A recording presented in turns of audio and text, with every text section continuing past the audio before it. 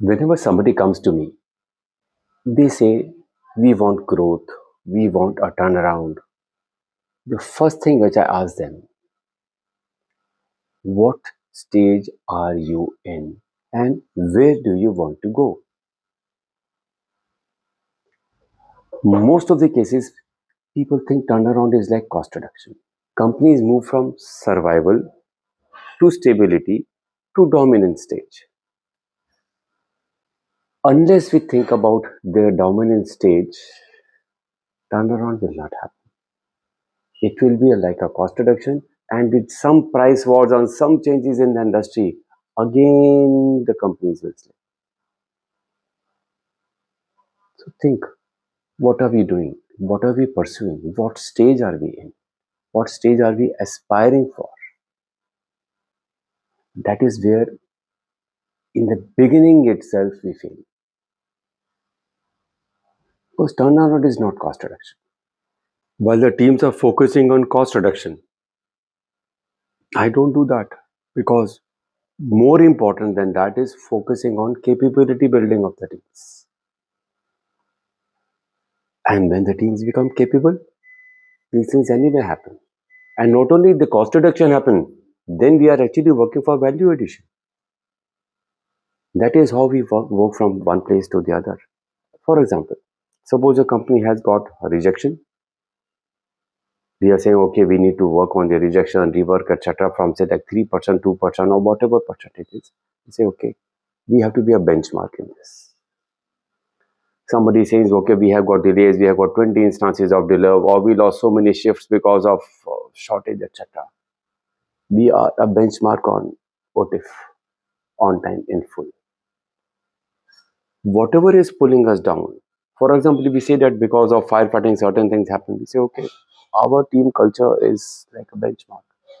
We are working on breakthrough initiatives. We have got so many initiatives. We have everybody is engaged. Our total employee engagement index is a very high, healthy number. I'm not giving a number because it all depends how you measure it, and sometimes it becomes like a false picture which shows that it is very healthy. Not be. It shows you don't have to give a number when you say employees are engaged, they are engaged. And the worst is, if the goal is not leadership and dominance, the system's default is to work for survival. Just like in human beings, we work towards avoidance of things which give us fear.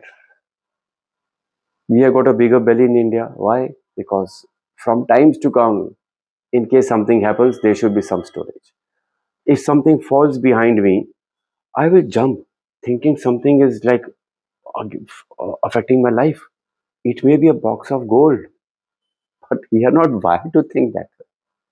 So just like we are wired for survival, industries also, when they're wired for just that much area of survival, the system's default mode is also survival. So how can companies go from survival to stability to dominance? Think. Another thing which people say is, our people are working very hard. Agreed. And they also believe that when we do a turnaround, they will have to work even harder, which is not correct. People who are working harder, they are facing, the teams in most of the companies are facing their failures repeatedly again and again. The delays are happening, the shortages of raw material, sometimes the quality problems, rejection, rework, customer complaints, and repeat and repeat and repeat. And most of the time, they stop believing that a change is possible. There is a learned helplessness inside them. It won't work. Yet, they protect themselves that we know our domain. And in this, while this is happening, there is another thing which is happening. People stop owning their work matrices, whatever they are, the targets which they have to work for. Whenever some big decisions have to be taken, they don't want to take decisions. Somebody else will take decisions. There is a lot of firefighting which is starting to happen and which continues on and on. but we don't work on the root cause. Who is taking ownership of them? The one who is taking ownership, he doesn't have a second line. How to work? So when I work for turnarounds, it's not that I can do things.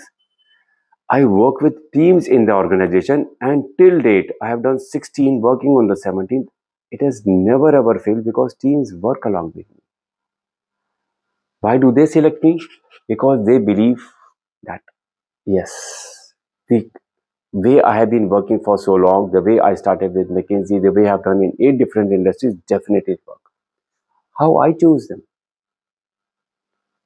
Are they working for leadership position or are they working for survival or short-term gains? Do they have a second in command? Do they have a team which is willing to do that extra effort? I'm not pushing them for hard work. Nobody can.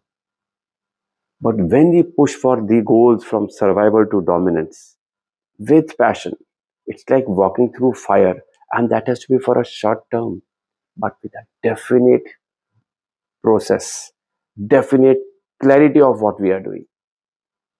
When companies give me the list of problems in the beginning, it could run into pages. It's not like 20, 30, 40.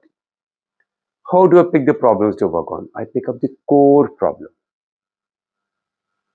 one or two to start with. And that, like a domino, that creates a difference. In the team, I pick up the people who are good in ideating, good in discussions, good in giving ideas, and set of people who are good in executing.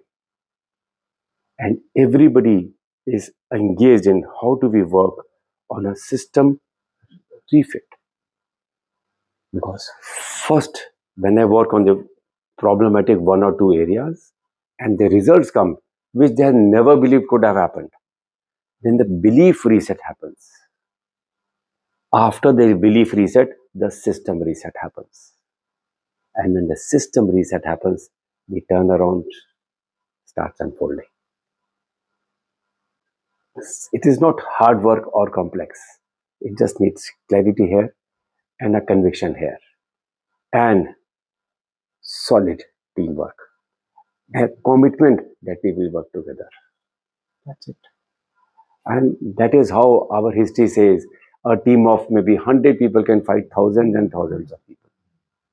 That is how the wars have been won. That is how we move from survival to stability to dominance. That is how I have been doing in all the turnarounds which I have ever had, without exception. So can you. Think. Thank you.